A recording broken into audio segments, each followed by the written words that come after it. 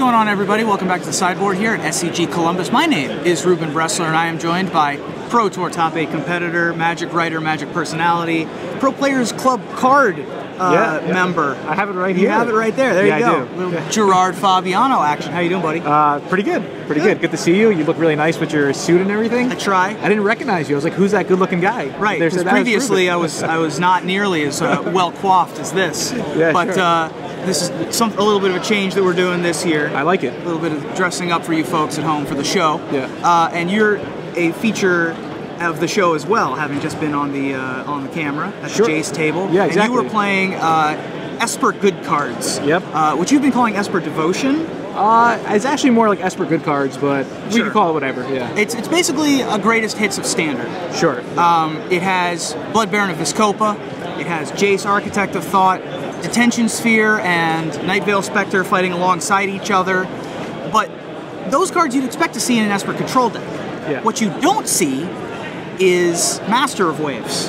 What you don't see is Ashiok. So tell me a little bit about why you're deciding to play an Esper deck with Master of Waves in it. Okay, so basically, I forgot which Japanese player made the deck, but they did very well. I believe they came second place in a Japanese Grand Prix with the Esper Human deck, so I was really intrigued by it. I actually went to a IQ and I came second place with that deck. And, you know, I was pretty happy. I was driving home and I was thinking, you know, why am I playing Imposing Sovereign? Why am I playing Daring Skyjack? Why am I not playing just like Pack Rat and more powerful cards? Why am I playing the 3/1 Sky Knight, Leah Sky Knight, I believe it's called, rather than Night Veil Spectre, which is so much more powerful. Night Veil Spectre gives you so much card advantage. You know, so I went home, I was doing some streaming. I streamed with Fish of the Week. That's my stream. Absolutely. Shout out to all my viewers there. Twitch.tv/Fish of the Week. Yeah, exactly. Got a lot of great guests on there, like Reduke is a regular guest. Yeah, MJ came on the stream, believe it or not. Yeah. So, and basically, I was playing it, and I was like, yeah, I want more powerful cards. And I was like, well, I just want to throw in Master Waves. I want Night Veil Spectre. I want Pack Rat. And then somebody actually said that Dave McDarby, Star City employee, actually played an Esper Devotion deck a few weeks back. Right. I took a look at his list. It looked pretty interesting.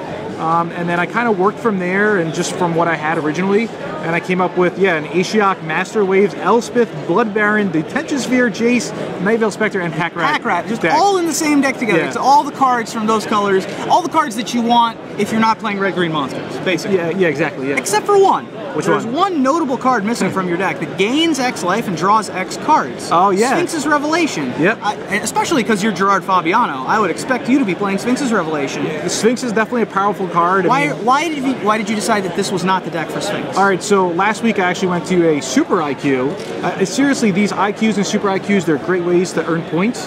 And I did very well with the Esper Devotion deck, and I had one copy of Dimir Charm. And I didn't really like it too much. You know, what can you really counter? Divination, Mizzy Mortars, maybe a Thoughtseize. So my friend Eric Smith said, why don't we try one Sphinx Revelation? So I tried it for the PTQ the next day, and the problem was Pack Rat, you want to kind of hold your lands, right? Because if you draw Pack Rat late in the game, discard, make more rats. And Sphinx's Revelation, you want to play out your lands. So it's kind of a double-edged sword, sort of fighting against each other. Yeah, exactly. And all your threats are sorcery speed anyway, so I guess if you're keeping up all that mana, your opponents know kind of what's up. Yeah, exactly. You're not really running counter spells, except for after sideboard occasionally. You'll be bringing a couple of game saves, But you're really playing at sorcery speed a lot of the time anyway. So, and each card is so high impact. Oh yeah, it really. I mean, I mulliganed to 5. I think it was round 2 or round 3, and it was just like a Night Veil Spectre, and all of a sudden, my mulligan to 5 no longer existed. Right. Yeah, absolutely. Especially, I mean, everybody knows that the combination of Night Veil Spectre plus Pack Rat means that you can discard your own card, and you're still drawing a card, a card advantage unit per turn. Yeah, definitely. Sometimes you can't, play whatever you get with the Night Veil, but you certainly still have options with all your Planeswalkers and all that kind of good stuff. Exactly. So, going forward with this deck, we've got a couple more weeks left in this standard format. We do. Baltimore next week. Absolutely, which you'll be at. Yeah, I'm gonna go. Yeah. But looking at Born of the Gods, have you seen anything from Born of the Gods that intrigues you for this deck? I actually saw that they were coming out with the new gods, the blue-white god. I actually didn't look too much into it. I know they reprinted Infest with Scry, and they also have the new Echoing Decay. Yep. Unfortunately, those cards are both double black, so even though most of my lands produce black mana, I do have a couple of islands that have Mutavaults, so I'm not sure if those cards will be right for my deck, but I'll have to look more into it.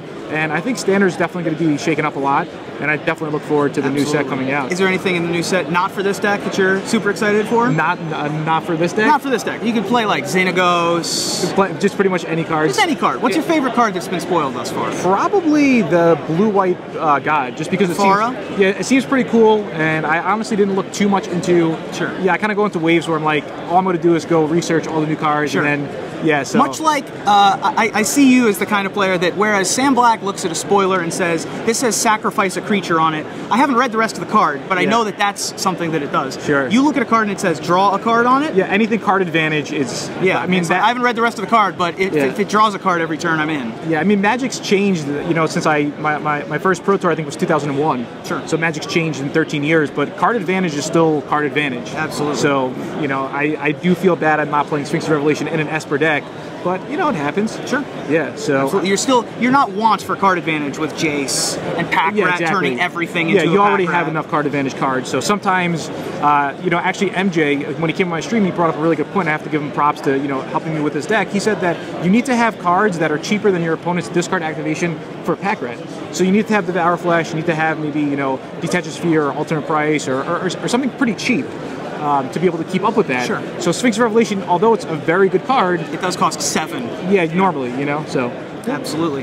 Now, you're currently in the top 20 of the Players' Championship race. I think I'll be, after the updates, maybe like 10 or 11. I think I'm 13th right now. You're getting close to the top 10 there. Starting to get into jockeying position for the seasonal leader. It's going to be tough to catch up to Huey this season, but looking forward throughout the rest of the year, are you looking to try to lock yourself up one of those slots? Yeah, because I'm a new job, I couldn't have gone to the past 2 invitationals, and the next invitational in Charlotte, I know it's coming up, really excited for it, not sure if I'll be able to go, but I think that the second season I might have a chance because most of my points were earned the way the system works, So we'll see what happens, and if I make it, I make it. If not, it's whatever. These opens are still fun. Top 16, you get 2 buys at the Invitational. Top 32, you get 1 buy at the Invitational. Better than nothing. And this summer's Invitational will be right here in Columbus, Ohio. And then after, it's New Jersey, right? There you go. Yeah, New Jersey, that's a home game for you. Yeah. Last one, I did well. I got the first place with Eric Smith's Legacy deck. Exactly. So. You got first place in the Legacy. Yeah, the Legacy portion. Absolutely. Eric won the Invitational. Now, obviously, Eric won the Invitational, but you guys did very well with the same deck. Yeah, but that's a whole different deck. Sure. We don't have to talk about that. I think this deck's really good. The only thing I might suggest is Lifebane Zombies. I have 2 in the sideboard. They're actually not that great right now, the way the format is, just because against the green and white decks, they're really fast. Where sure, it could trade with a Boon Satyr, but it doesn't really trade too well with a Voice or like a Soldier. It's just a 1-mana card for a 3-mana card. And the worst feel bad ever is when you Lifebane Zombie and you see Advent of the Worm Selesnya Charm. Exactly. Yes. With Advent of the Worm now, I think Lifebane Zombie probably get it out of the sideboard. Try something else depending on your local metagame. Sure. But other than that, I think the deck's pretty good and. That's it. It's fun. Absolutely. Well, we'll be looking forward. We just had you on camera as we're filming this last round. We may have you on camera again, depending on how you're doing. Yeah, I'm going to have to do well to do that. You got to keep winning, man. Yeah, that's all tough. you got to do. Yeah, Magic's tough now. This card says you're a professional Magic the Gathering player. Yeah, it does. Yeah, I actually brought a Reed Duke one and a Gabriel Nassif one for good luck. So. Oh, there you go. Yeah. You got to have the power behind you. Yeah, so we'll shout out to a couple of his friends there. Gerard, Fabiano, thank you for joining me. No problem. Thank you, Ruben. Yeah, and thanks for the deck and no problem. Everything. If you want to play all of the best cards in Standard, all shoved together in a deck box, Esper Good Stuff might be for you. I'm Ruben Bressel here at Star City Games Columbus. We'll be back all day with more coverage from Cedric Phillips and Patrick Sullivan on SCG Live.